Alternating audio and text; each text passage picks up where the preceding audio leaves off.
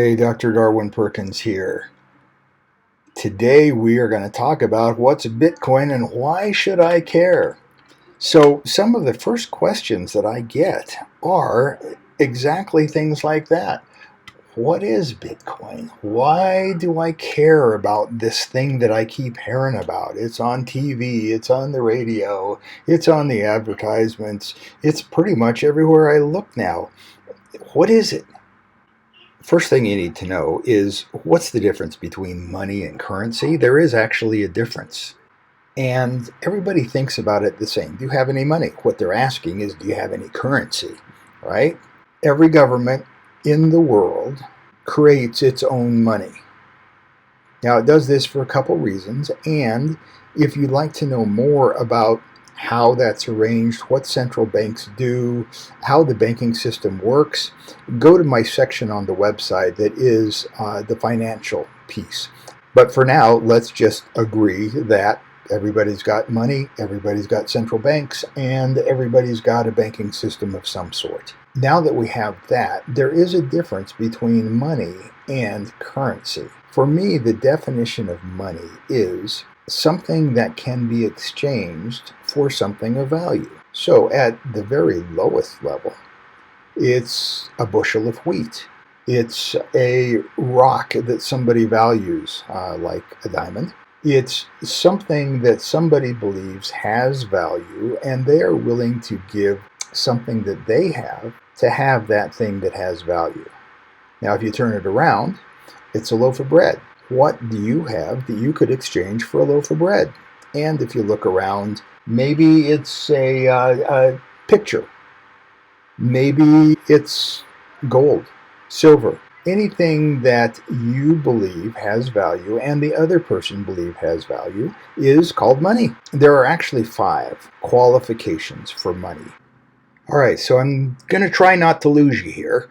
This gets a little bit in depth, but you really need to understand this concept, and I will bring it back to Bitcoin just as fast as I can. So the first qualification for money is portability. It's easy to carry, easy to use, and accepted as trade for goods. The second one is divisibility. It can be divided into smaller and smaller amounts that can be spent. The third is stability. It retains value over time. So the same item costs the same amount this year, next year, 5 years from now, or it may actually cost less. Number 4 is durability. It lasts a long time in its current form. So think of coins, gems, ingots. And finally, the 5th one is it is unique. It's difficult to duplicate, it's hard to counterfeit, and everybody recognizes it as a real one. Now, that also goes into what's called fungibility. And fungibility simply means that it's the same regardless where it comes from, and that you can apply quite easily to a quarter. A U.S. quarter is a U.S. quarter. It doesn't matter who has it. It doesn't matter truly where it came from. It's going to be accepted as 25 cents regardless. That's fungible. So now you've got a really good idea of what money is. Let's talk a little bit more about how money, currency, and even Bitcoin are the same or different. Money is really durable. It's going to be around for a long time, real money. So let's go through each of these qualifications and take a look at what this means. The first one, portable or fungible. Metal, arts, gems, they are fungible and they are portable in small amounts. If you've got 18 bars of gold, you're probably not going to be able to pick that up, throw it in a suitcase, and walk off. Those are 65 pounds apiece. Likewise, if you've got art, it's not really portable. If you've sold your art, you're going to have to take time to have somebody come, pack it up, make sure it's safe, insure it, and get it to the proper shipper so that it can go to the person that you sold it to, right? All right, so not terribly fun or portable. One kind of art is not the same as another kind of art. All right, you sell a sidewalk art to somebody, that's going to be at best probably what, $60? and you sell a Picasso to somebody, and that's significantly more expensive. So they are not completely interchangeable. Metals, pretty much interchangeable. If you've got an ounce of gold, you've got an ounce of gold. Gems, same way, more or less. I know people would argue, but if you've got a 1 carat diamond, you've got a 1 carat diamond. And there's all the clarity and classifications and everything else, but let's ignore that for now. So let's talk about currency. Is it portable? Well, yeah, most of you still have some amount of paper currency in your pocket, and you still use it on occasion. Less and less now with COVID, but still you use it less and less. And it is moderately portable. Now, you know you can't take more than $10,000 on an airplane in cash. At least you're not supposed to. So yes, it is portable. Yes, it is portable in larger amounts. Drug dealers use it all the time, right? So yes, currency is definitely portable. Bitcoin, is it portable? Seriously, it is very portable. You can literally send any amount of Bitcoin anywhere in the world in no more than 4 hours, and generally in a few minutes. So it is probably the most portable and fungible item on this list. Now, as far as fungible goes, 1 Bitcoin is just like any other Bitcoin. It's worth exactly the same that any other Bitcoin might be. Is it divisible? Well, let's talk about this. Metals, gems, and art. Kind of. Metals, yes, you can divide 1 ounce of gold into 10 1/10 of an ounce pieces. Gems, can you divide gems? You might think of it as I've got 10 1-carat gems and I give you 1. That would be somewhat divisible, but trying to cut that 1 in half, that takes some talent and somebody who actually knows what they're doing, right? So let's talk about currency. Is currency divisible? Well, yeah. You can go to pretty much any store with a $20 bill and they will give you change for that $20 bill. So absolutely, it is divisible, and down to 1 penny or whatever your 100th division is in your local currency. I will use the term fiat interchangeably, by the way. Local currency and fiat are exactly the same. In fact, let me just talk about that for a minute. It's called a fiat currency because the government has said this is the currency that we're going to use and it will be acceptable in trade in our country. So that means you can buy and sell with that currency in the country. It's called fiat because long time ago, where there were kings, they would issue what was called a royal fiat, and that passed for law. And so now we're calling the currencies fiat currencies. Make sense? All right, so let's talk about divisibility for Bitcoin. I don't know if you knew it. In fact, you may not know it. Bitcoin is divisible into 100 million pieces. Okay, so what that means is you don't have to buy a whole Bitcoin. If Bitcoin is $12,000 per coin and you have $50, you can buy $50 worth of Bitcoin. Not an issue. Okay, so don't let that worry you. In fact, if Bitcoin ever gets to $100 million, then 1 Satoshi is what they call the divisions of the Bitcoin. 1 Satoshi will be worth $1. All right, so in this case, Bitcoin is probably the most divisible and the most portable / fungible item on the list here. So let's talk about stability. So are metals, gems, and art stable? I think you could make the argument that they are. In worst case, they actually gain in value over time. For the most part, metals, gems, and art are pretty stable, but we'll let it go with that. Currency run by governments, and we all have this experience right now that the government has gone crazy and it is printing money faster than it can hand it out. At some point, I think the cows are going to come home and we're going to have to deal with that. Right now, our currency, and that is our currency in terms of any country in the world, our currency is not very stable. I can give the example, in fact I will. I use what's called the Coke standard. So Coca-Cola, not cocaine, Coca-Cola costs a certain amount per can, pretty much anywhere in the world. In my case, if I run down to Walmart and I pick up a can of Coke, it's going to cost me anywhere between $1.79 and I don't know, $2.50 right now, something like that. When I was a kid and I ran down to the store, because there wasn't a Walmart when I was a kid, a can of Coke would cost me at most 25 cents, and sometimes I could find it for 15 cents. All right, the difference between when I was a kid at the, let's say, 20 cents and now, let's say, $2 is inflation. Okay, there's no difference in what was being put in that can of Coke. In fact, it's probably much cheaper to produce that can of Coke now than it was then. And yet it's still 10 times more expensive. That's the value of your dollar or fiat currency going away. So stability? No, it's not very stable. In fact, you're pretty much guaranteed, even if the Fed is doing everything right, they have said their goal is to hold inflation down to 2% a year. Well, if you know the law of 72s, then 2% divided into 72 means every 35 years, the value of your dollar has gone down by 100%. Let that sink in for a minute. And then in the years where the Fed is printing more money than we have in the GDP, now the value is going down very quickly. So no, it's not stable. Bitcoin, is Bitcoin stable?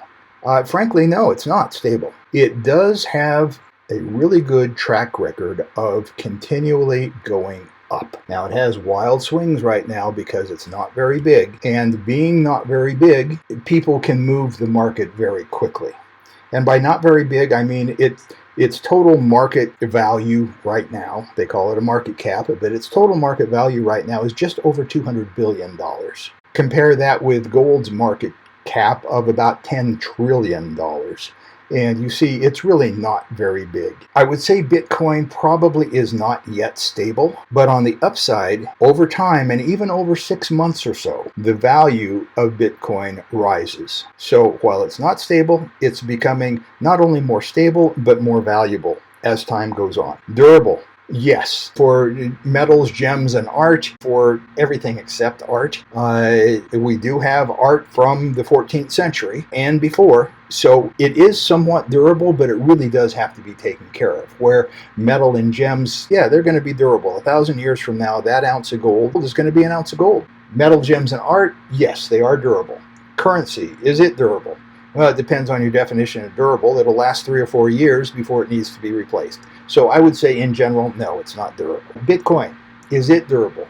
Yes, absolutely, 100%. As long as you have your private key for that Bitcoin that you own, it doesn't matter whether it's now, next year, 10 years, 50 years, or 500 years from now, that private key will still list that Bitcoin as being yours. Very interesting. And finally, is it unique? Metals, gems, art, yes, those are all unique. And by unique, I mean it is identifiable, right? A diamond of 1 carat is identifiable as a diamond of 1 carat. An ounce of gold is identifiable as an ounce of gold. So that art, that's another one that still has a question mark in back of it. But in most cases, it's identifiable. Currency, is it unique? Yes, it is. And it's identifiable, it's hard to counterfeit, and it's recognizable as something that can be exchanged for value. So that works. And finally, Bitcoin, is it unique? Yes, absolutely. In fact, the way that it's written with the encryption keys that are in it, cryptography is what it's called. With the built-in encryption, Bitcoin has literally never been hacked, ever. So it's about as unique as you can get. Your Bitcoin is going to be accepted as a Bitcoin. So let's talk about, just for a minute, down at the bottom of this page, it says money, store of value, currency, depreciating asset. I want you to keep this in mind because this was really the whole reason I've talked about all of this stuff. If we define money the way we have defined it so far, it becomes a store of value. That means it becomes something that will retain its value over time. So if I have an ounce of gold, I can be pretty sure that in 10 years, it's going to be worth as much or more than it is now, and it will buy at least the same amount of stuff that it can buy now. For instance, and this is not a good example, but I'm going to say it anyway. If 1 ounce of gold buys 10 loaves of bread now, I can expect that in 50 years, that same ounce of gold will still be able to buy 10 loaves of bread. That is a store of value. Now, I would really expect that that ounce of gold would probably buy 100 loaves of bread by the time we got there, if that were the case. Yes, I know it probably does now anyway, but you get the idea. And currency, on the other hand, is a depreciating asset. I don't know how many times I've heard, spend it today because it won't be worth as much tomorrow. Invest today because it won't be worth as much tomorrow. Pay things off today. Oh, actually, no. Don't pay anything off, because the longer you wait to pay it off, the less the money's worth and the less it hurts for you to be able to take it out of your pocket and pay it off, right? Interesting. So everybody knows that a piece of paper money is not going to be worth as much tomorrow as it is today. If you noticed at the beginning of this blog area, there is a Bitcoin chart. I want to talk about this for a minute because it will help us to understand a little bit more about how this entire thing works. So if we go up to the chart, and I'm going to click on log because that makes a lot of sense. And I'm going to click on OHLC. That means it puts on the candles instead of the shaded area that you see here. So let me click on that. There's the candles. Now, right now, we're looking at 1 hour. I'm sorry, we're looking at 1 day. That's the one that's highlighted. So I'm going to go clear over here to everything. And when I click on everything, it's going to show us what Bitcoin has done in the past. Now, this is on a logarithmic scale, which means that every tick is 10 times bigger than the last tick.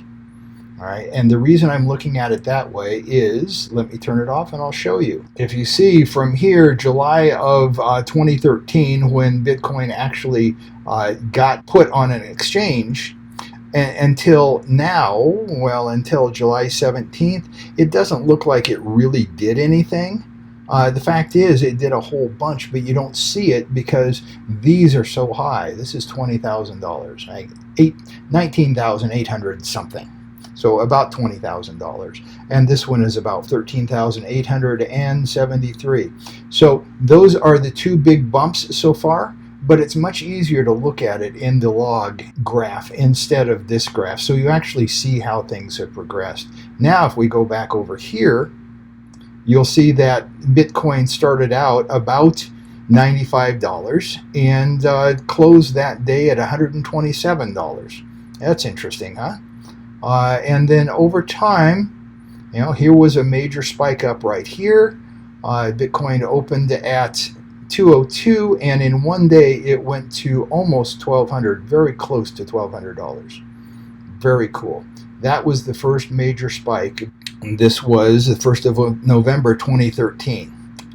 Bitcoin has essentially 4 to 5 year cycles, and so this was the big bump, 2014, and then the next big bump was in December of 2017.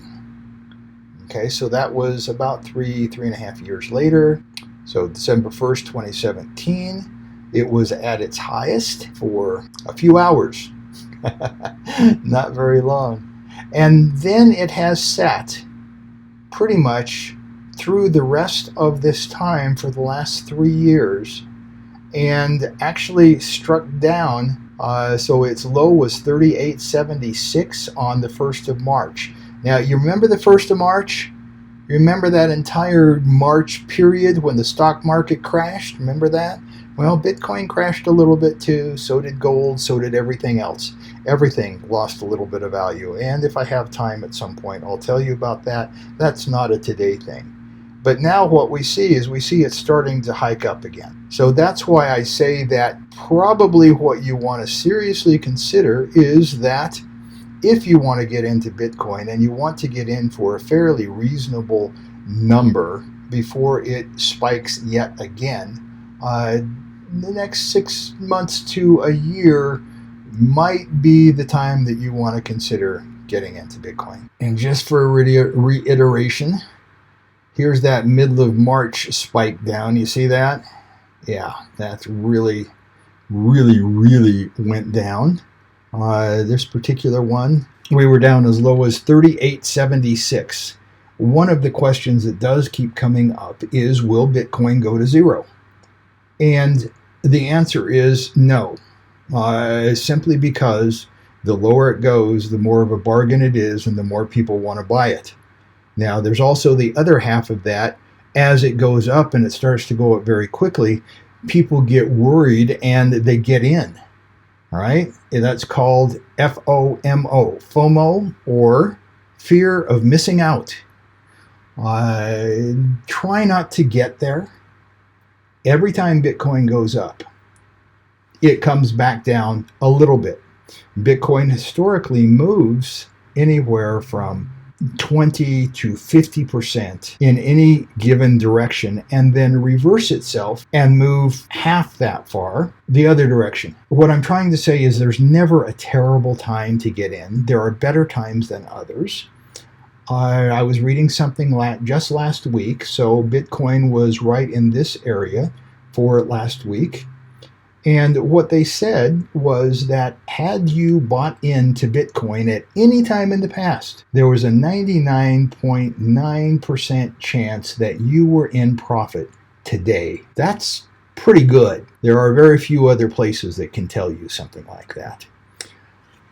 All right, so I'm going to move on from here, but I wanted you to understand what that is. Feel free to look at this chart anytime. If you turn on log and you turn on an OLHC and then click on the appropriate time frame, you'll be able to see what it is. I suggest you look at the 1 month and 7 day or 1 week chart. That'll give you a good idea of which direction it's going and help you to understand a little bit more. Let's recap. You know what money is now, and you know the difference between money and currency. You also have a pretty good feeling for what a store of value is and why either something like gold or silver that you grew up with or Bitcoin that you're just getting introduced to will become future stores of value and probably are something that you need to consider when you're thinking about investments. You now know how to look up the price of Bitcoin anytime you want. Just come back to this webpage and take a look at it. It'll always be here for you, and you can arrange it any way you want. Now, let me tell you, don't get too wrapped up in the price of Bitcoin. The nice thing about the price of Bitcoin, as you can see from that chart, is that it continues to go up. So let me tell you the other half of this and why I'm so excited about getting you into this so that you have the ability to buy some now. So I believe, and many people are saying, that before the end of 2021, which is only a few months away, truly, Bitcoin's price will go past $100,000. Some people are saying perhaps as high as $250,000 to $350,000 per coin. Now remember, you don't have to buy a whole coin. There's no requirement to do that, but you can. And right now, if you've got things in investment accounts, go talk to your financial advisor. Talk to your banker, talk to whoever you want to talk to about the possibility of putting some of your investment money in Bitcoin. I personally am buying some Bitcoin every day. And it's not a lot. You know, it's $25, $100, $200. And if I get some kind of bonus, then I'll take most of that bonus and put it into Bitcoin. The reason is because I truly believe that we have a buying opportunity like we will never see again. And I really would like you to be in and to have some amount of Bitcoin. If the pundits are right, 5 years from now, Bitcoin will be worth $1 million a coin. It could be as much as $5 million a coin, depending on how much economic disaster we face. But regardless, obviously, I'm sold on Bitcoin. You're interested in it. The rest of these blogs are going to talk a little bit more about specific things with Bitcoin and how to get into it quickly, easily, and then we can talk about, now once you're in, what do you need to do to protect yourself.